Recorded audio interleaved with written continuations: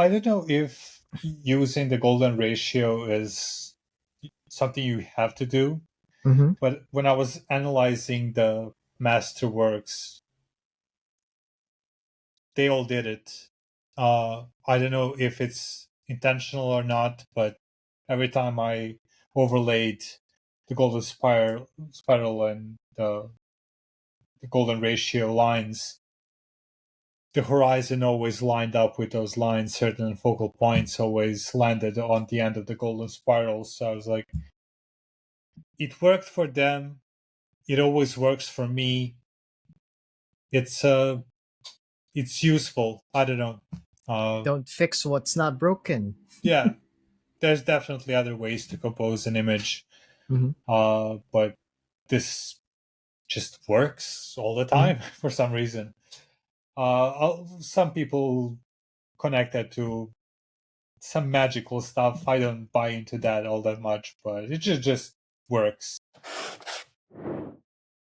Starting with Jillian's. All right. Yeah. So as soon as I saw this, I was like, yeah, this is what I'm talking about. This is what I like to do. Interesting landscapes with crazy rock formations. The style is a little bit a lot different from what I do. So my overpaint is gonna look different, but I think the general ideas can be implemented if the artist wants to do that. Um, so what was the goal was to like expand the the area to feel larger, and there was some concerns about the foreground. Now I knew was going to be a challenge for me because I like dark, moody landscapes, and this is more like bright beach, sunny. I was like, oh, going to be difficult for me to actually figure out what to do with the foreground. Uh, One issue I had with the foreground is it feels a little bit too dark because this is a sunlit scene, and the edges of the painting in the foreground look like basically a part of the cave. So if we basically extend uh, this, it almost looks like we're looking at the landscape through an opening in a cave. It's a little bit too dark. But honestly, I wasn't sure if I was going to figure out how to actually solve that issue. But after some time spent on it, I think I managed to do something. Um, One thing about my art is that I'm bad at it. You know how some people, you see their sketch and the final is basically just a finished sketch. They just go from A to B. I go from A to C to G, F, U, O, back to A because it's not working. At some point in time, I land on a finished painting. So all the shapes, I will always. What I love about these paintings is you get to play with interesting shapes, and until the end of the painting, I will always second guess every line, every shape. When working with landscapes, anything can be anything. There's no way to paint a rock in a wrong way. A rock can be of any shape, but you will still want to find what's best. And here, everything already looks good, but here's what I had in mind for the changes. So, uh, the format, first of all, I thought we can actually make the canvas bigger vertically and just show off this amazing rock as a whole. No need to cut it off. Adding a little bit of depth just to make the image brighter. Still, we can add more of these cliffs. The post said that this is supposed to be a mountain, but it doesn't look like it's a mountain. It looks like just a big rock formation. So if it needs to be a full mountain, then we need to change a few more things. But this was basically my idea on how to present this. Add a little bit of a gradient so that light is hitting just a small part of the rock, so there's a little bit of the shadow. I added these cast shadows, which I noticed they're part of the original work. So we can show that there are more of these rock formations off screen. They're casting shadow, and they're casting shadow on the foreground, which helps us do the let's make the foreground dark and high in contrast and make it feel natural. So that there's an explanation within the image why the foreground is so dark. And for the composition, I used my favorite golden ratio. So using these lines to determine where the horizon is, where this figure who is doing the plein air painting. In the original, the character is present, but the way it's positioned, I'm looking at it on the other screen, and from this distance, I barely notice that character is even there. And here we get a really good justification for that character being the foreground, prominent focal point of the painting. And we all know, a good way to show scale of the painting is to put a little figure in the foreground. Yeah. And this does it, I think, in a very natural way. There's a really good reason why that figure is there. I added a bit of green because without it, I kept feeling like there's something missing in the scene. I always associate these beaches with, blues and yellows for the sand, but also vibrant greens. So I added a bit of that. Of course, my style is different, the way I rendered everything, but hopefully this answers a few of those questions. This is how I would do it. It's not a rule, but since you ask, here's my best, with the time I had, um, suggestion on what can be done differently. But I love the original too, so honestly, I would love to just finish this painting and see where that takes me, but I don't want to steal the idea. So hopefully this looks nice enough. Jillian's reacting. Oh, if you can't see it yet, in YouTube Live, there's like a huge comment section, and she says, "Thank you so much." And one of our commenters said that this is her first time seeing the Fibonacci spiral used in a painting so well. Yeah. So, all right. Oh, I'm glad. We usually see it in memes. I mean, as artists in here, but here it's really applied. So yeah. Oh, thank you. I don't know if using the golden ratio is something you have to do, Mm-hmm. but when I was analyzing the masterworks, they all did it. I don't know if it's intentional or not, but every time I overlaid the golden spiral and the golden ratio lines, the horizon always lined up with those lines, certain focal points always landed on the end of the golden spiral. So I was like, it worked for them. It always works for me. It's useful. I don't know. Don't fix what's not broken. Yeah, there's definitely other ways to compose an image, Mm-hmm. but this just works all the Mm-hmm. time for some reason. Some people connect that to some magical stuff. I don't buy into that all that much, but it just works.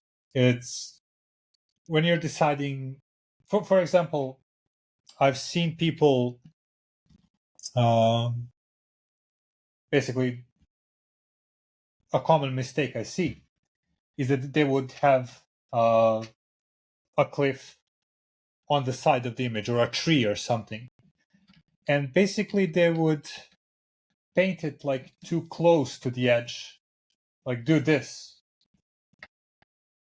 That doesn't look really good. So what does look really good? Well, this looks really good or okay enough surface area to actually paint something and actually depict it. Uh, if it's way too much into the painting, then like the foreground, if the foreground extended all the way to here, then you're kind of covering up a lot of the image. So when you're in doubt, you know, when to place these lines, golden ratio seems to be kind of just fine for that. So that's why I use it. Again, it's not a rule you have to follow, but it works for me. It worked for the masters. Try it out. Might work for you. Are there any questions on this? No, not right now. And yeah, she says, yeah, I think what I did aren't mountains but a rock. Oh, but Yeah, she says thank you for that. And she's so excited to try it out, like to test it out right away after yeah. this. So thank you. Uh, Everyone can actually DM me. I can send the PSD file if they need it, uh, or reference or something. So Okay. that's available too. Where can they DM you? Uh, On Discord? on Discord, yeah, Okay. You heard that, that's the Jillian. best. Yeah, she doesn't have any questions. So thank you. Thank you Okay. for that. Is that everything you want to say about this piece? Yeah, if I'm not forgetting anything, that's basically what I thought about when working on this. So that's Okay. pretty much it. Oh, And Jillian. it really captured my imagination. I really loved working on this over paint. Ooh. She's asking, actually, can she do the feedback and then send it to you afterwards again? Uh, Absolutely.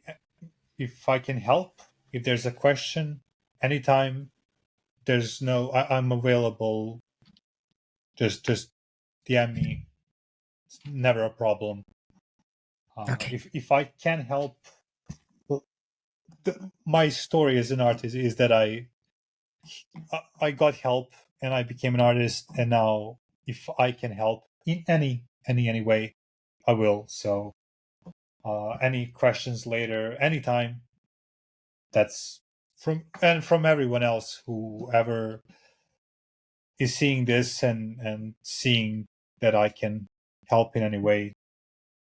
DM me. It's never a problem. You heard that, Jillian. All right. We can. But we can move on to, is Yeah. it Sinan? Yeah.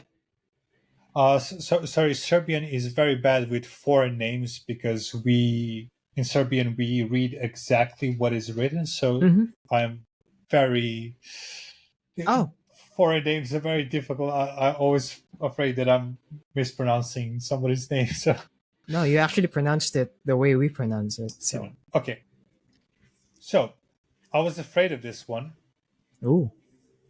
because it's creatures. I don't do a lot of creatures, but here's something that goes back to what we were talking about earlier. Seeing an artwork and getting a sense of what the artist is, at least for now. And I have only praise. It's a dynamic image. It's a well rendered, polished image with a lot of detail, with a lot of care put into it. I love the extra fish because some other artists would be like, "Oh, this giant creature is enough," but going an extra mile and adding all those extra details is great for the image, and it tells me this artist really wants to do their best work. That's what I'm seeing here, at least. Um, I'm loving most of it, especially something that I really liked is the color scheme chosen for the sky. It's it's an interesting choice of this almost end of the day warm light in the sky. So that's something that I wanted to push even further because it contrasts nicely with the blues of the water. In terms of mistakes, just a few things that I would like to see changed, and I'll show in the overpaint. The water uh, when something like a whale or a dolphin is jumping out is going to be just all white. I appreciate the artist wanting to go the extra mile and paint all this water detail and vibrant colors, but in the context, it's kind of a mistake. It wouldn't look like that. Again, that's something that can be done, but it would need a little bit more work to do it better. It's looking good right now, but it can be fixed. And I don't like when that's something I just talked about. There's an element of water in this image, and it's almost touching the end of the canvas. Like, why is it so close to the edge? Just give it more room to breathe. And from there, I did this. Woo! So I didn't have a lot of time to do this, but I pushed the warm colors of the sky. I toned down the contrasts a little bit. Worked on the water just to make it like a splash of water. There's still a lot of space on the water surface to go into. I love painting water, so I understand wanting to do those places where the water is dark and where some light is going through, so you have those vibrant colors. So now we have uh, more room to play with that. Again, here I used my favorite two intersecting golden spirals. So for two different focal points, I think you want to focus on the boat, the person in it, and you want to focus on the shark monster creature. So not a lot has changed. I just worked on the contrast, toning down things other than the focal points, and I think that is a bit of an improvement. I hope so. I'll say. Yeah. Um, Looks she says it looks more cinematic, and I have to agree with her. I don't know if I'm alone, but like it's my first time seeing two spirals used in one frame. I didn't know you could do that. So cool. you can. Oh, it's my That's first. something that's something that I found when analyzing masterworks. You Oh, take the work of Bierstadt, for example, and you do this with two spirals, and you will have the the alignments with both two focal points where the horizon line is where certain big elements are, it works with two golden spirals. I got a lot of pushback on this from people online. Oh, Uh, got really heated from some people for some reason. They were really not buying this idea. I don't know why. Again, it works for me. Try it out. Um, see for yourself. Uh, but again, there's a lot of quality in the original image. I really love it. I see everything that I want to see in art. I see the effort. I see the care to polish the details. Nothing is too loose. Nothing feels uh, lazy. I feel like that when I saw the image, that took work, and I appreciate that. As a general advice, at this point in time, I would say do master studies, Sinan, because you're so close to that next level of just making things look so much better. And if you can afford some time to just focus on studying, that will take you a long way. Uh, Learning through doing work is possible, but actually just studying makes the process that's already slow somewhat faster. I would suggest master studies for a while, and everything that I've done here to fix it, you'll know how to do that too in a matter of time. So that's pretty much it. she doesn't have any questions as well. I hope I'm not too harsh. You're Um, fair. You're fair. You said that. You're fair. being a teacher, being a Hmm. feedback giver is a skill too. Uh, I know how it feels to get feedback that's kind of, yeah, that sounds like, hey, get better, Oof. just get better. It's like, Oof. well, yeah, I want to get better, but like, How? what can I do now? I'm sometimes at a certain point, I wish somebody told me, hey, stop with your personal projects, stop with your like practice paintings, do a study, man. It's much better for you. Just for now, because unfortunately, a lot of the artwork that I liked at the time just got outdated pretty fast. Some of it I went back because I love the ideas, Uh-huh. and all of the ideas in this painting are excellent. But I've had that in my work, and I gotta go back and just improve these paintings. I don't want to just delete them from my portfolio because I like the idea. I liked where I was going with the painting, but I just didn't have that little bit of skill to really get the best out of it. So at this point, I would just say studies, and everything else is there.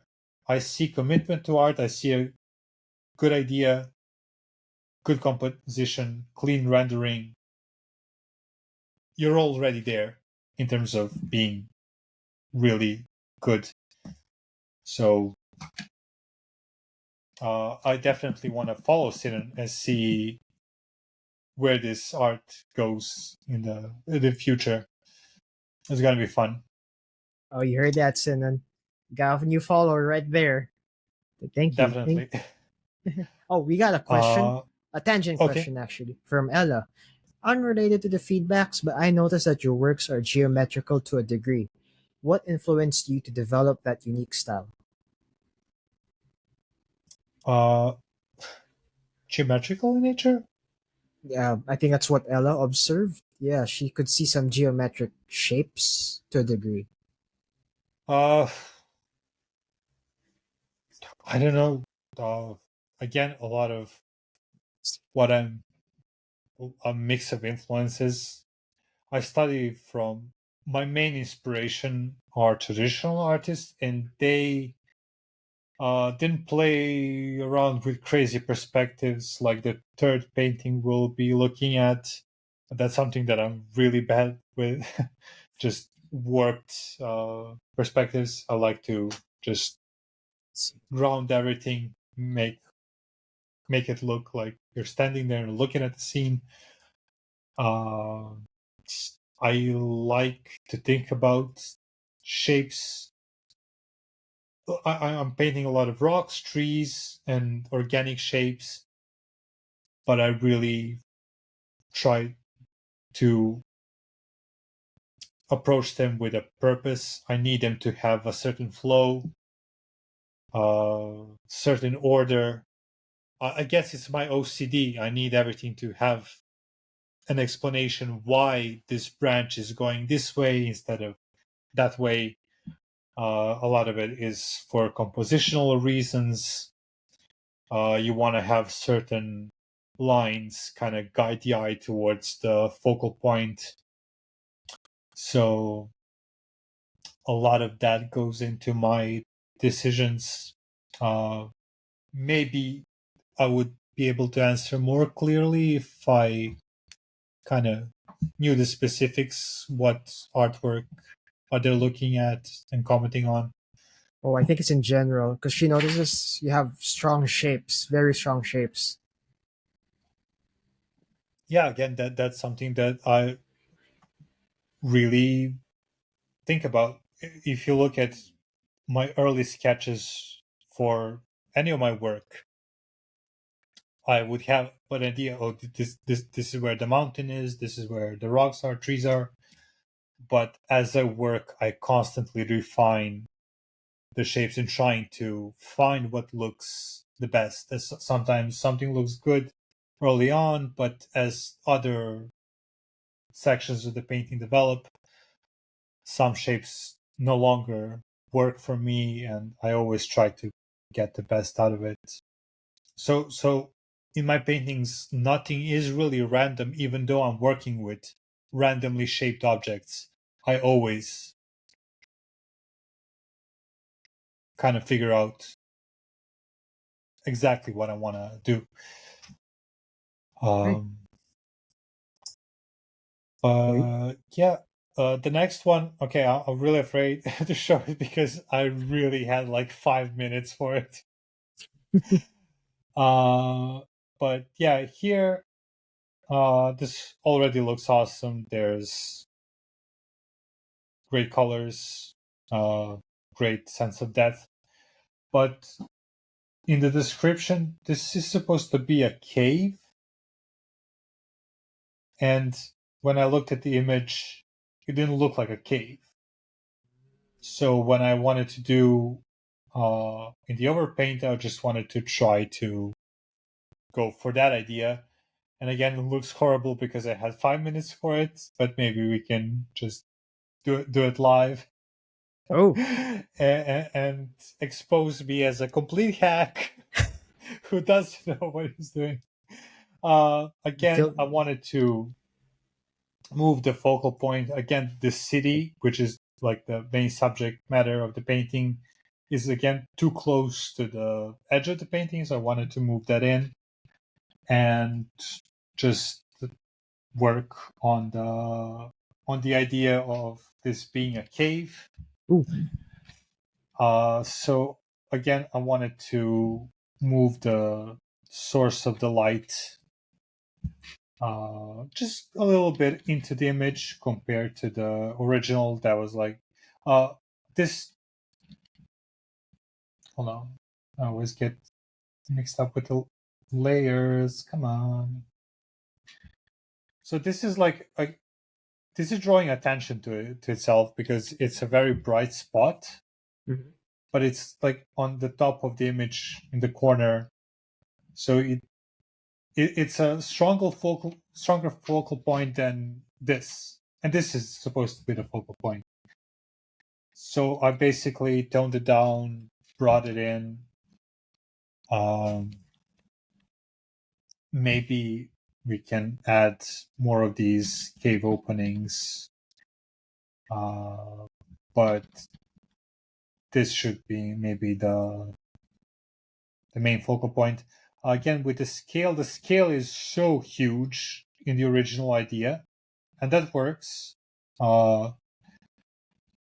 But if I was doing the painting, I would just make it a little bit more realistic, because when you think about the original, the size of this cave is basically the ceiling of the cave would be where the clouds are. So that's crazy fantasy. uh, Maybe just so the details are more visible, just kind of lower the scale of that. Work with the city. Add these cave elements in the foreground. More city elements interacting with the stone formations. Everything looks good already. It's just this is my suggestion on how to make it clearer that it's the cave, and maybe there could be more sources of light, but they might distract from the focal point.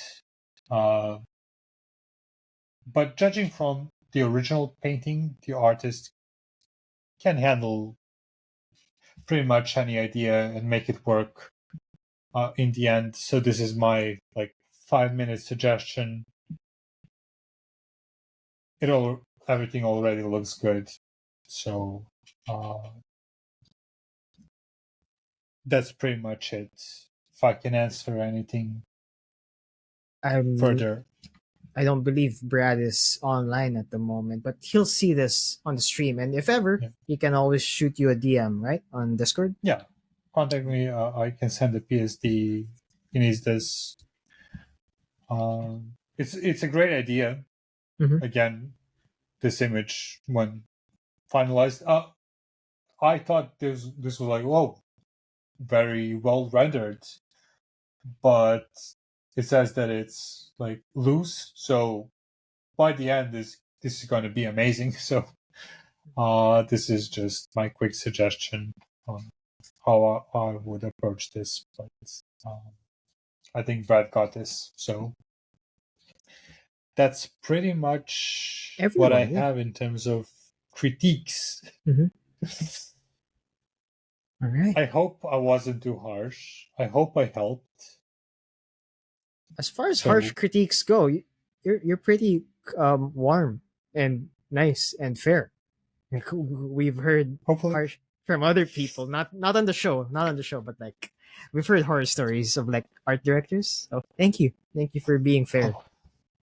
oh, my art directors were amazing. I I'm just so grateful for all of the teams I work for.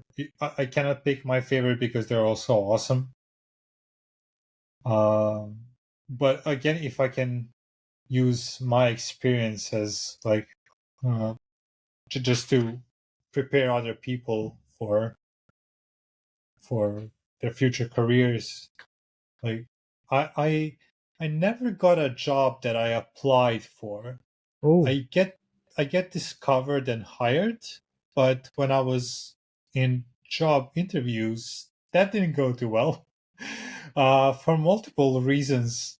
And uh, again, it's me not being able to. I think it's expected in a job interview for you to be like, "Oh, whatever you say, just please hire me. I need this job, so I'll go along with everything." I was so not willing to go along with certain things. Again, I do not advise that because it might come off as confrontational. Again, there's a skill to be developed.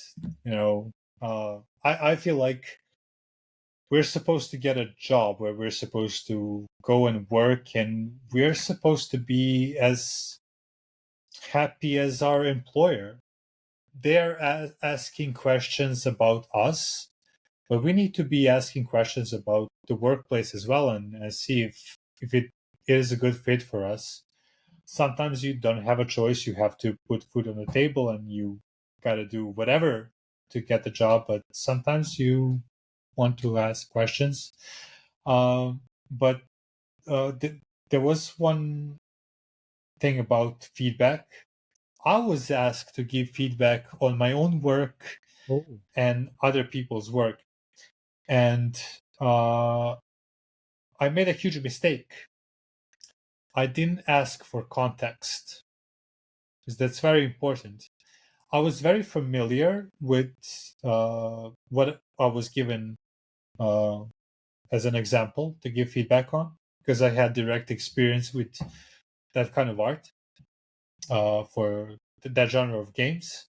So I was kind of able to provide some feedback, but I should have asked just a simple question. Hey, can you maybe tell me, like, is this an early version of the image? Is this the final image? Mhm. What am I supposed to be paying attention to? Because if you just show me an image, like, yeah, I can comment on the composition and stuff like that, but without the context provided here, I was very happy that everybody gave a detailed description of what they're going for or what they're trying to achieve. uh, that was missing in my job interview. So I don't know if I gave right feedback. If you ever come across something like that, Mhm. don't be. I wasn't expecting that, so I was nervous and panicking. So I forgot to ask, hey, can you give me some context for this? So if you ever come across something like that, yeah, remember to ask for specifics about the image, because that will determine how you talk about the art. I would still like to know even more about. I didn't have time to check out the portfolios of these artists to kind of see what they're generally going for in their art. All of that goes into what I would say about this specific painting. So I'm trying to be really careful and helpful with the feedback, because um, sometimes it can just go into just general, hey, get better, improve, which we all know that we're supposed to do. I Yeah. know that I need to improve. Everybody knows. Everybody knows that they need to get better, and they will get better. But when it comes to specifics, yeah, it really depends on the context. Uh, Oh, but right. yeah, There's one question here from sure. Ella once again. Given your OCD tendencies, how long does a piece usually take to finish? I would say around 50 hours for 50 hours. my style. Yeah, I sometimes wish I could spend more time on a painting, because there's always something more to do. Mm-hmm. Uh, my paintings are kind of done when a change would require just a complete overpaint of everything, just a whole extra level of detail upon all of the textures, all of the elements. Uh, I kind of say it's done when, on the level that it is, I no longer see ugly brush strokes, shapes that kind of look off to me. Uh, there's If I would critique some of my work now, I could tell you, hey, this line here still bothers me for this reason or another, but after spending already so much time on the painting, I really wasn't able to, like, notice that detail But yeah, I like that. For example, now I am waiting on feedback for a painting I'm working on, uh, and it gives me some time to step away from the painting. And now, when I go back to it, I will look at it with fresh eyes. I'll be able to notice, hey, yeah, this rock looks good. It's rendered well, but the shape of it doesn't flow all that well with the rest of the painting. So I might keep improving that. But yeah, I would say that I really struggle with just saving the final and sending it to the client, because I'm always looking for that this one pixel, this one line. On many occasions, I sent like finished PSD, and tomorrow I open it again and I need to fix this. I immediately notified the client. Is like, please let me fix just this one more thing, Uh huh. because yeah, I owe it to myself and to the clients, because they're so awesome. They deserve my best work, and I saw a mistake. I need to fix it. Or for example, um, I was in Canada last year visiting my family, and I spent like 2 months there, and I had a Huey on tablet to Ooh. as like a temporary workstation, and that tablet isn't as good as my Cintiq. And the art director kept asking me to brighten up the image. And on my tablet and all the monitors, it looked bright, but I kept pushing it to the point where on my monitor, it no longer made sense. It looked kind of bad. But I finally got the approval. I sent the final, came back home from Canada. I was like, let me open those files one more time. And I was like, oh no, like everything looks so wrong. The contrasts are terrible. The depth of the images absolutely below the level of my work. And I immediately write to the art director and the project lead, and was like, hey, her name is Darcy, please, I hope it's not too late, because all of the artwork gets animated later. I hope it's not too late. Please just give me. I'll immediately. I didn't even have time to unpack. Please just let me. I need just a few hours. I need to fix this. This looks horrible. I'm sorry. It's all because of the monitor I was working on. I didn't see that the contrast is so bad. Let me fix it. And they were like, okay, it's fine. Don't worry about it. We still have time. And I immediately just fixed the image and sent a new final, because yeah, uh, that's something that I feel like I should do for my own integrity, for my own enjoyment of my own art, Uh and huh. to honor the clients that are really fair and generous towards me. So uh, do stuff like that, and it will be appreciated. And if it's not appreciated, trust me, you'll see that too. I unfortunately had some uh, bad experiences at my first job, where doing that extra effort was not appreciated at all. Oh, is this because you were And holding the pipeline? no, it was stuff like I did on my own time, Oh. uh, and for some reason that was never. Uh, it's a long story. My first job is it has a lot of negative stories of stuff like that. Me basically giving a gift, painting something as a gift to the team and the company, and, Yeah. and they like criticizing me for it. Just completely weird.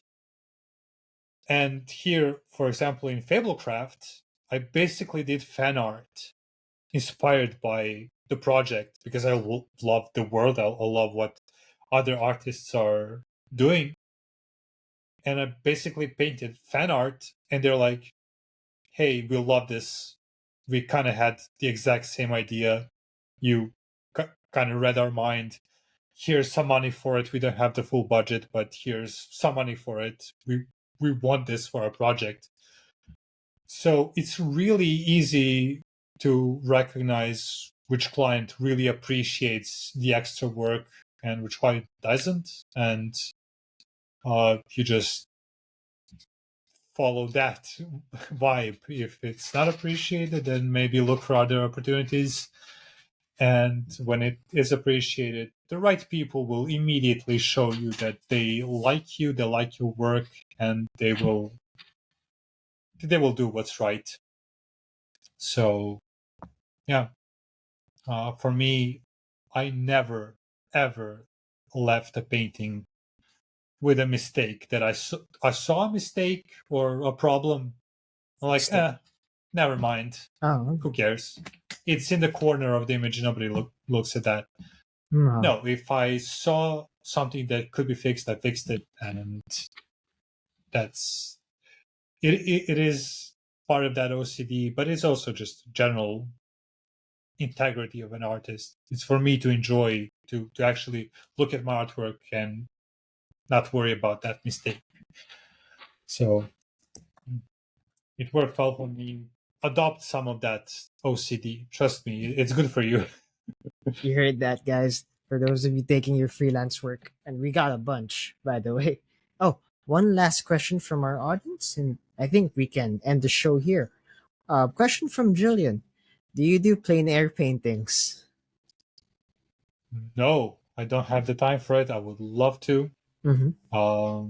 I would love to just go out into the nature. It might be difficult in the digital medium, maybe with a good tablet and something to create shades, so you can actually go in nature and paint. I would love to do that, uh, but it's basically just not having enough time. I Unfortunately, I, as a landscape artist first, live in the most boring Oh, landscape part of the world. There's nothing interesting to go outside and paint here. It's so frustrating. So I would love to travel, which is, again, do I have the time? Do I have the money to spend on that and other stuff that I need to spend money on? So I would love to have more time in nature, just looking at something and painting it. It's on the to-do list for sure. Canada's got some nice scenic sites, and some people are saying like, "Man, wait till you see the Philippines." So we got a lot of Well, nature. I would love to. It's travel is something that I'm planning for the future. Uh, I either need company or something. I've seen people just travel alone and do that kind of stuff. Uh huh. That's Backpacking. not me. Oh, I need a friend or something, someone to just go along with me with the same plan. A lot of people want to, and I have visited beautiful cities like Barcelona is absolutely beautiful. oh, I But when see. it comes to travel, I'm more thinking of let me see the beaches, let me see the mountains, forests, stuff like that. So sometime in the future, hopefully soon, if I manage to do some actual plein air painting, it might help me improve. It is helpful to actually see the mountain in real life and how that looks.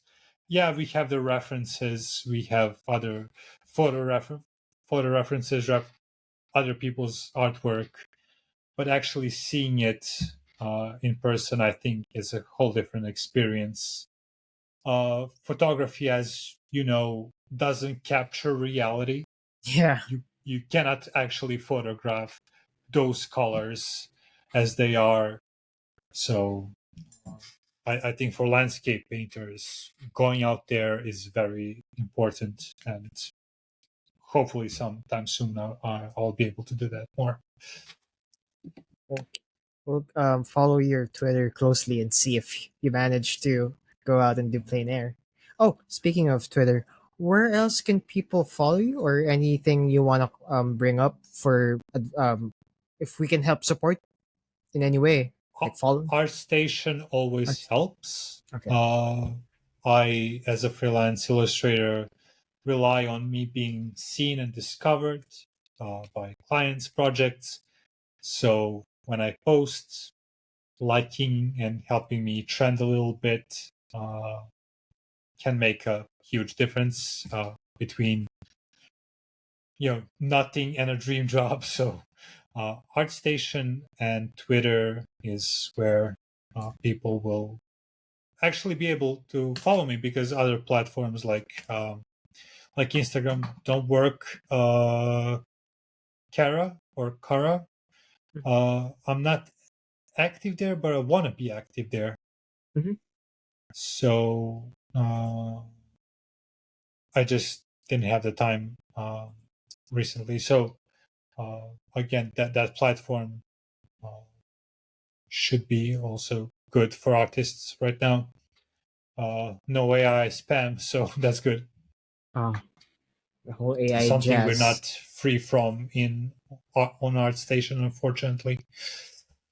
Yeah, and So we had a huge discussion on that previously with Simon Pape. yeah, So, everyone uh, is discussing that. It's an important topic. I do have opinions on it, of course. So yeah. I don't know if you have time for that, but yeah, Part two for part two. part Hopefully, two. laws have Hopefully, been. we won't need to discuss it Yeah, in hopefully part two. laws have Hopefully, been we'll. implemented. Yeah, It's a plague. Like it's like I yeah. don't care. AI art is art. If you have an idea and that's how you want to present it, do it. Just leave me alone and stop spamming my professional portfolio sites like ArtStation. And like, who is happy with the fact that now when I search for a reference, Uh huh. most Google results are garbage AI images?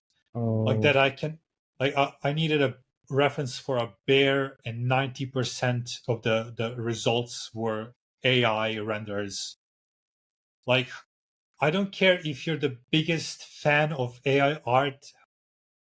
How can you like the state of things now? It's bad. I Please know. stop. I wish they would stop shoving it, especially Pinterest. There's no way to cure your feed on Pinterest anymore. Yeah, I it's like, feel. again, if you want to waste your potential on delegating all of your creative process to AI art, do it.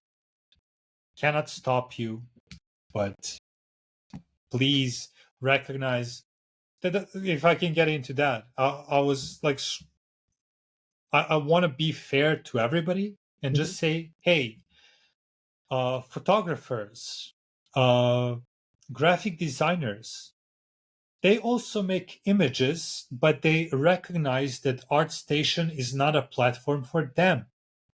It's for illustration, concept art, 3D modeling, VFX.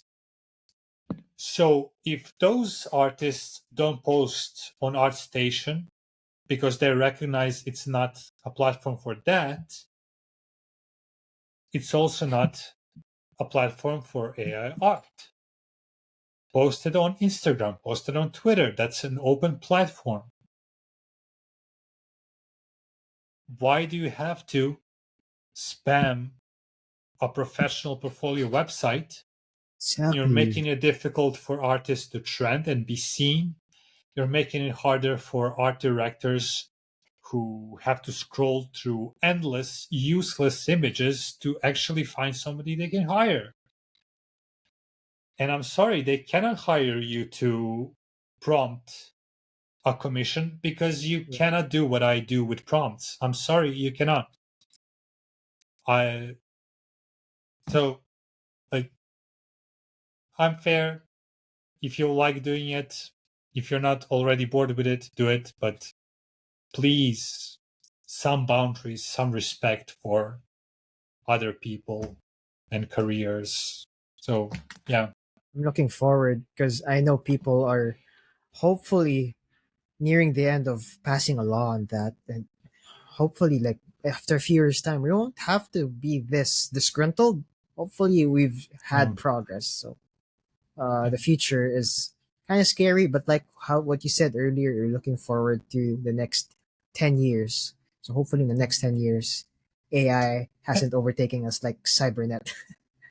Yeah, So and that's why I advocate for sticking together. Like, again, um, freedom for people to do what they want, but I kind of feel strongly and negatively towards artists who know that this technology is developed through theft and is threatening to devalue, if not destroy jobs, devalue work that's already, there's already a lot of cheap labor exploitation in this industry.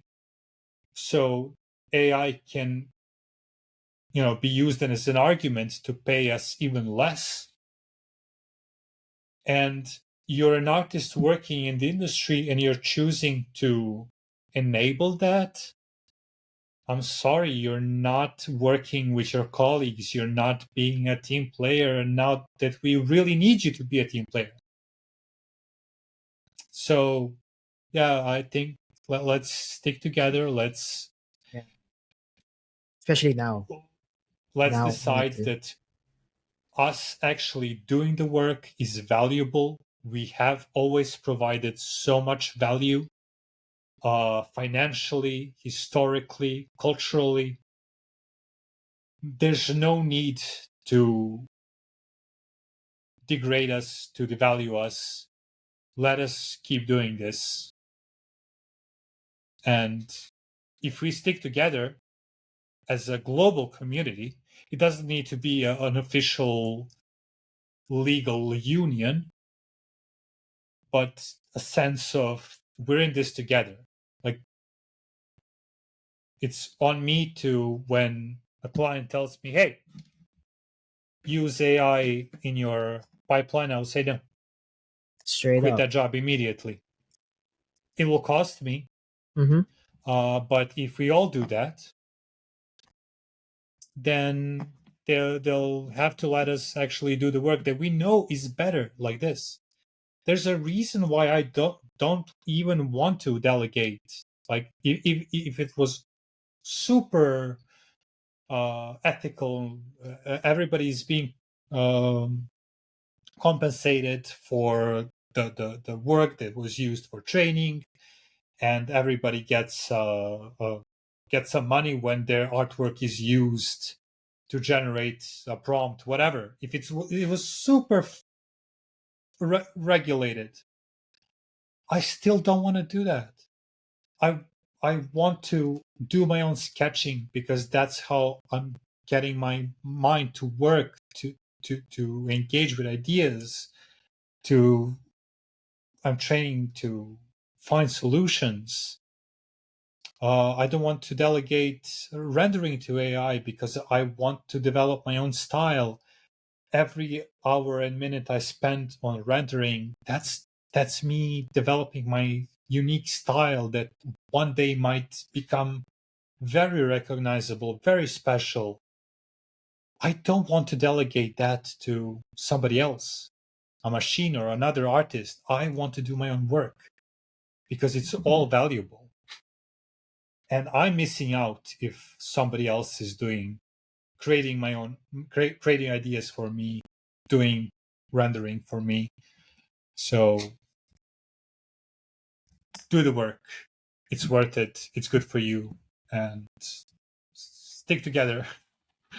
Especially now that this thing's very ripe, and I think that's a perfect way to end it.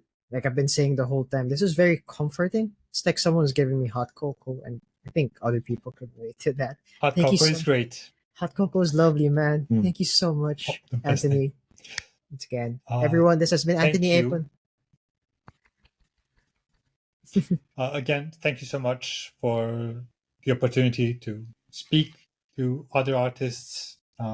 It really means a lot to me. helps with my current anxiety.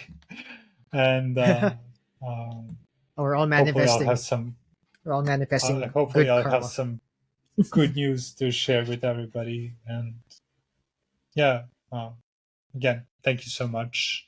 I hope I'll get even better and We all be will. able to inspire and help more people, because I really have that mission in life now. So hope to see you all soon and hear from some of you. All right, guys. Thank you for joining in. And we are now signing off. So good night, everyone. And we Bye. are gonna cut it here. If you made it this far in the video, thank you so much. But if you're still looking for more ways you can learn, just head on down to our website at brushpoint.io, where you can watch behind the scenes of this video, watch our live interviews and artist interviews a week earlier, art processes, tutorials, art talks, and lives every single Friday, and even a way to join our Discord community. Just check out that website. Well, that's it. If you want to share this knowledge, well, share with your friends. Like the video, and of course, subscribe if you want more content like this. Thanks again, and I'll see you on the next one. Bye.